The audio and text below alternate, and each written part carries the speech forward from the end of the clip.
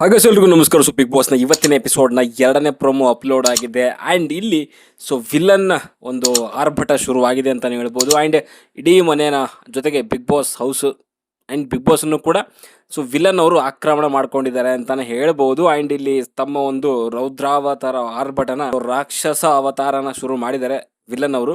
And ನೋಡ್ತಾ ಇದ್ರೆ ಪ್ರೊಮೋದಲ್ಲಿ ಅಲ್ಲಿ ವಿಲನ್ ಡೀಲಿಗೆ ಚೈತ್ರ ಉತ್ತರ, ಸ್ಪಂದನ ತತ್ತರ ಅನ್ನೋ ರೀತಿಯಲ್ಲಿ ಕ್ಯಾಪ್ಷನ್ ಹಾಕಿದ್ದಾರೆ.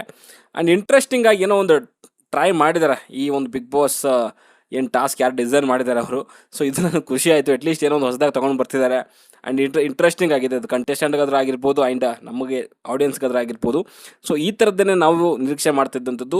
ಇವಾಗ ಒಂದು ಡಿಫ್ರೆಂಟಾಗಿ ಏನೋ ತೊಗೊಂಡು ಬಂದಿದೆ ಚಟುವಟಿಕೆ ಅಂತಲೇ ಹೇಳ್ಬೋದು. ಆ್ಯಂಡ್ ಈ ವಾರದಲ್ಲಿ ಆ್ಯಂಡ್ ಇಲ್ಲಿ ನೋಡ್ತಾ ಇದ್ದೀರಾ ಚೈತ್ರ ಅವರು ಅಲ್ಲಿ ಆ್ಯಕ್ಟಿವಿಟಿ ರೂಮಲ್ಲಿ ನಿಂತ್ಕೊಂಡಿದ್ದಾರೆ. ಆ್ಯಂಡ್ ಸುತ್ತಮುತ್ತ ಸಖತ್ತಾಗಿರುವಂಥ ಒಂದು ಸೆಟಪ್ ಆ್ಯಂಡ್ ಲೈಟಿಂಗ್ನ ಮಾಡಿದ್ದಾರೆ ಅಂತಲೇ ಹೇಳ್ಬೋದು. ಆ್ಯಂಡ್ ಅಲ್ಲಿ ವಿಲನ್ ಹೇಳ್ತಿರೋವಂಥದ್ದು ಏನು ಅಂತಂದರೆ, ಚೈತ್ರ ವಾರ ಇಡೀ ರೆಸ್ಟ್ ಮಾಡಿ ನಿಮ್ಮಿಂದ ಗೆದ್ದು ಈಗ ಅವಳು ಮನೆ ಕ್ಯಾಪ್ಟನ್, ನೀವು ಮನೆ ಕೆಲಸದವಳ ಅನ್ನೋ ರೀತಿಯಲ್ಲಿ ಹೇಳಿ ಅಲ್ಲೊಂದು ಖರಾಬಾಗಿರೋವಂಥ ಒಂದು ವಾಯ್ಸ್ ನಗು ಬರ್ತಾ ಇದೆ. ಅದನ್ನು ನೋಡ್ತಾ ಇದ್ರೆ ಒಂಥರ ಚೈತ್ರಾಗಿ ಆಡ್ಕೊಳ್ಳೋ ರೀತಿ ಅನಿಸ್ತಾ ಇದೆ. ಅಂದರೆ ವಾರಡಿ ಎಲ್ಲ ಕಷ್ಟಪಟ್ಟು ನೀವು ಟಾಸ್ಕ್ ಆಡಿದ್ಯಾ, ಅವಳು ಮಾತ್ರ ರೆಸ್ಟ್ ಮಾಡ್ಕೊಂಡು ಆರಾಮಾಗಿ ಕ್ಯಾಪ್ಟನ್ ಆಗ್ಬೋದಾ? ಅದಾದಮೇಲೆ ವಿಲನ್ ಹೇಳುವಂಥದ್ದು, ಕ್ಯಾಪ್ಟನ್ ರೂಮ್ ಬೀಗ ಇವಾಗಲೇ ಓಪನ್ ಆಗುತ್ತೆ, ಕ್ಯಾಪ್ಟನ್ಸಿ ನಿಮ್ಮದಾಗುತ್ತೆ, ಸ್ಪಂದನ ಎಲ್ಲ ಕಳೆದುಕೊಂಡು ನಿಮ್ಮ ಪೊಸಿಷನ್ಗೆ ಬರ್ತಾಳೆ.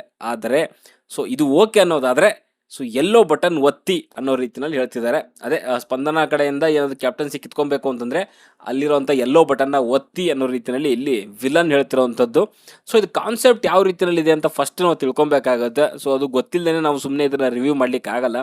ಇಲ್ಲಿ ಒಂದು ಚೈತ್ರ ಅವರಿಗೆ ಒಂದು ಆಪ್ಷನ್ ಕೊಟ್ಟಿರುವಂಥದ್ದು ಏನು ಅಂತಂದರೆ, ಸ್ಪಂದನ ಹತ್ರ ಏನು ಕ್ಯಾಪ್ಟನ್ಸಿ ಇದೆ ಇವಾಗ, ಅದನ್ನು ಕಿತ್ಕೊಂಡು ನೀವು ಪಡ್ಕೊಬಹುದು.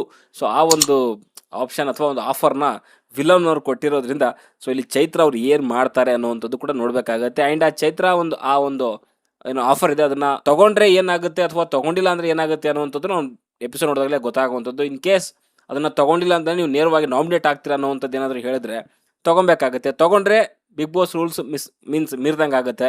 ಬಿಗ್ ಬಾಸ್ ಅವರು ಕೂಡ ಅವರ ಒಂದು ಇರುವಂಥದ್ದು ವಿಲನ್ ಯಾರಿದ್ದಾರಲ್ಲ, ಅವ್ರು ಬಿಗ್ ಬಾಸ್ ಅವ್ರನ್ನ ಆಲ್ರೆಡಿ ಇವಾಗ ಆಕ್ರಮಣ ಮಾಡ್ಕೊಂಡಿದ್ದಾರೆ.